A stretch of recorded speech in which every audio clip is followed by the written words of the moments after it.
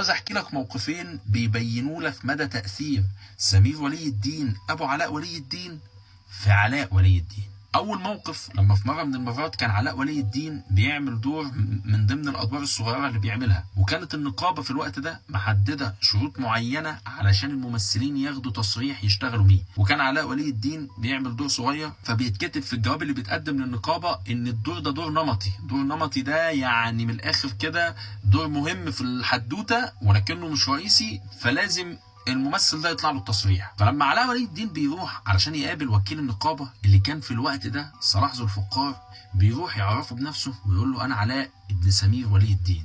بيحكي علاء ولي الدين في احد لقاءاته ان مره واحده لا الاستاذ صلاح ذو الفقار قام سلم عليا وقعدني وجاب لي عصير ومضالي التصريح على طول. الموقف ده كان أثر جدا في علاء ولي الدين لدرجة إنه بقى يحكيه أكتر من مرة في كذا لقاء. الموقف التاني وكان ده اللي بيبين فيه إخلاصه وعرفان منه بالجميل، لما عادل إمام جه يعمل فيلم رسالة إلى الوالي، طلبه هو ومحمد هنيدي كالعادة، لأن في الوقت ده كان هنيدي وعلاء دايما بيطلعوا مع عادل إمام من بعد فيلم المنسي زي النوم في العسل أو بخيت وعديلة الجزء الأول أو بخيت وعديلة الجزء الثاني، بس هم كانوا خلاص نجوميتهم بتطبخ على نار هادئة.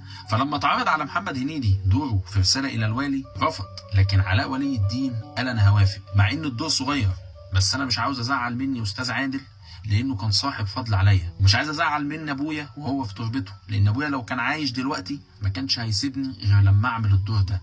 وفعلا بيعمل علاء ولي الدين الدور.